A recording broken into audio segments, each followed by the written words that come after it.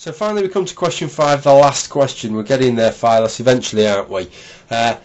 This to me boils down to an argument from design, and I think the basic thrust of what you're asking is slightly misleading. I think you're skewing, I think you're slanting the whole thing, and I'll tell you why. Because how you are portraying it is, there's all these things, there's all these myriad things, and nearly every one of these myriad things we see that looks designed is designed by an intelligence, by us primarily, apart from this one tiny little category, nature, that atheists refuse to accept is designed by an intelligence. But it isn't like that, is it? Nature is the big category. Nature is the 99.9% of things, and the man-made objects, the contrivances, as William Paley called them, they are the 0.1% of all these things. It may be that we surround ourselves with them on a day-to-day basis. It may be that I've got a webcam and I've got YouTube up and I've got my mobile phone and all these kind of things. I'm surrounded with these things now, but they still account for a very, very small percentage of all these things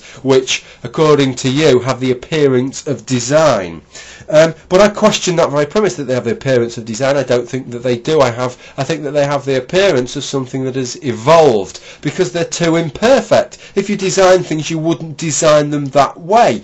Engineers tell us that the human spine does not have the characteristics that it would have if you designed a spinal column for an organism that's going to stand erect. The fact is we haven't stood erect for long enough for spines to adjust well enough. This is why we have so many back problems. An engineer of the right field will design you a better spinal column. Where's the evidence of design in our spinal columns? Evidence of design perhaps for something that's going to be on all four, but not something that's going to stand upright. Where's the evidence of design in blind cave fish? I'm not talking about the blind cave fish that have totally lost their eyes. I'm talking about the blind cave fish that have eyes but they're all mangled and mutilated up because they don't use the eyes anymore. I'm talking about blind cave fish that have eyeballs but they're behind such a thick layer of skin that they're absolutely useless. These are just vestigial eyes. They're of no use anymore. They don't function anymore.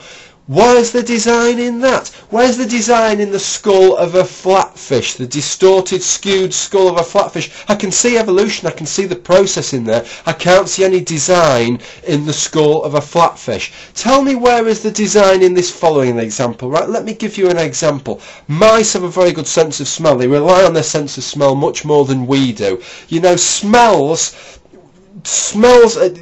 The reason you can smell different things is because we have these different genes. They're called olfactory receptor genes, and it's a very interesting case because each gene maps out, creates a specific olfactory receptor. Mice have about 1,400 of these genes, and they have about 1,400 different olfactory receptors. We only have about half as many olfactory receptors as a mouse. We don't rely on smell so much. So you would think we would have half as many olfactory receptor genes. In actual fact, we have half as many functioning olfactory receptor genes. What about the other half? Well, if you were going to design it, you wouldn't have the other half, would you? The fact is we have them. They are pseudogenes. They are still within our genome, but they are broken. They are mutated. They are damaged, so they don't code for anything anymore. But they're still there. We can still find them in the genome.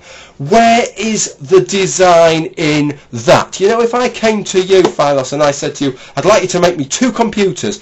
One of them I'd like to have 2 hard drives in it, and the other one I only want 1 internal hard drive in it. And you said to me, okay, well, I'll make you the one with the 2 hard drives in it, but the other one, well, what I'll do is I'll put 2 hard drives in it, but one of them I'll smash it up with a hammer so it doesn't work properly. You'd say, madness, what kind of design is that? It's the design of an idiot. Show me the design in these things, because when you look in nature, when you actually look past the thin veneer of how well things seem to function in their environment, you'll find that they're actually cobbled together. Actually, they are the product of their evolutionary heritage. They don't actually appear to be designed.